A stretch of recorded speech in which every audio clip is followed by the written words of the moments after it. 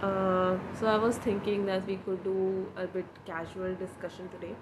So for that, I would firstly like to say that I've done my bachelor's in biochemistry from Central University of Rajasthan. Uh, I was in the 2018 batch, so 2018 to 2021, I was there in Rajasthan. It was it was a great institute, to be quite honest. It really built upon our basics.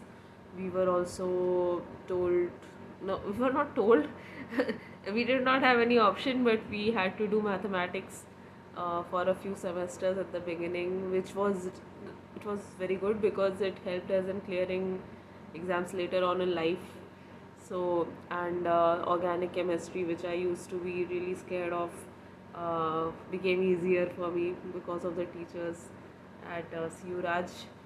And CU Raj was a great phase in my life, like it very fun. And there were like too many competitions and events that used to be uh, organized by the students themselves most of the times. Otherwise the professors would be coordinating. And I was also a member of an NGO named Swatva, and it was great. The seniors over there were very helpful actually, so life did not feel difficult. I've never met seniors like that anywhere else. Like I don't know, it's just, especially the kind of seniors that I have now at RCB. After that, if I think about my seniors at Siuraj, it almost makes me tear up because Siuraj seniors were great. Yeah. Anyway, after doing my bachelor's in biochemistry from CU Raj, I joined TIFR for a few months. But the project that I got at TIFR was not, I did not like it enough to spend the next 3 years of my life doing that project. So I left and I joined Byju's for a few months as an academic specialist. Um, then I gave GADB and then I joined RCB in 2022 in integrated PhD course. And the MSc years were actually nice because during the MSc years we were only interacting with our batchmates, which made the first year quite good. If I think about it, MSc first year was nice. Then MSc second year was very difficult because seniors. So we are supposed to join a lab, and your whole second year experience depends on the kind of seniors you get. So the kind of help you get in your lab, all of that combined, my second year was not, I did not like it, but I survived it.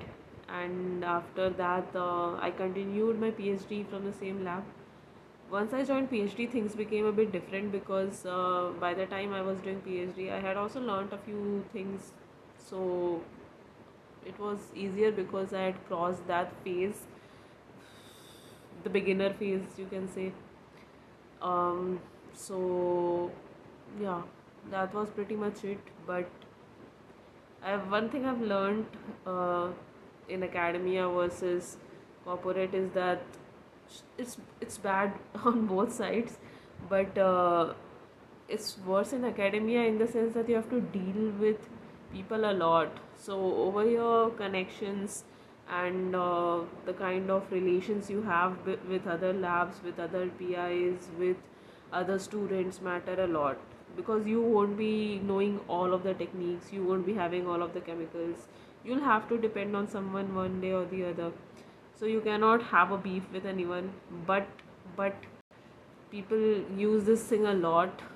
So you have to develop a very thick skin to survive here, and you don't get compensated for the kind of shit that you go through, which is not the sort of case in corporate. Because from my experience at Byju's, whenever I had to do extra work, or whenever I was overworked, I used to get compensated for that. So, in terms of money, or in terms of a leave on some other day, or in terms of a coupon or voucher, whatever it be, but the compensation was there. So, yeah, Byju's was a good time for me. Um, yeah, so, And one more thing, your whole PhD experience depends a lot on the kind of seniors you have in the lab, what they do know, what they don't know, how much of their knowledge they want to share with you, how much of it they want to keep hidden so that you become dependent on them. So there are a lot of things. Sometimes